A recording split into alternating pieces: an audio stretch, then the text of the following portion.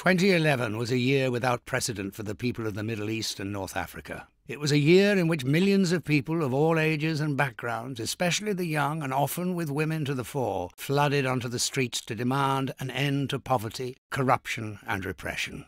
Often they continued to do so in the face of extreme violence carried out by the military and security forces of those who claim to govern. The flames of protest, literally and tragically, were sparked by the desperate act of one young man, Mohamed Bouazizi, in the small Tunisian town of Sidi Bouzid. His injuries proved fatal before he could see the maelstrom of popular fury that his act touched off. That maelstrom succeeded, in turn, in toppling the long-standing rulers of Tunisia, Egypt, Libya and Yemen, who, until 2011, had seemed invincible. In Tunisia, 300 people died, but a 23-year dictatorship ended, and President Zain el-Abidine Ben Ali was sentenced to 35 years in jail. He remains in exile in Saudi Arabia. In Egypt, 1,000 people died, but a 30-year dictatorship ended when Hosni Mubarak was forced to step down. He is now on trial in Egypt.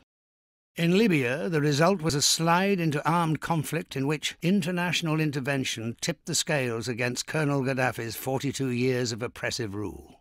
Thousands died during the conflict, including Gaddafi. Meanwhile, Syria teetered at the edge of civil war as its obdurate president, facing unprecedented demands for change, used relentless brute force to crush the protests. But in doing so, succeeded only in exposing further the rotten nature of his rule. There has been over 5,000 deaths, including 200 in custody, but the protest movement is not backing down.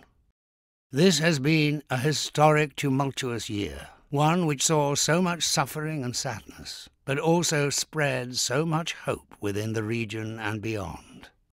Our campaigning is dedicated to the peaceful protesters that lost their lives, the disappeared, the detained, and the defiant ones bravely standing on the front line. In 2012, we push on further, in solidarity with people peacefully demanding change in defiance against those trying to stop them, in pursuit of a human rights revolution.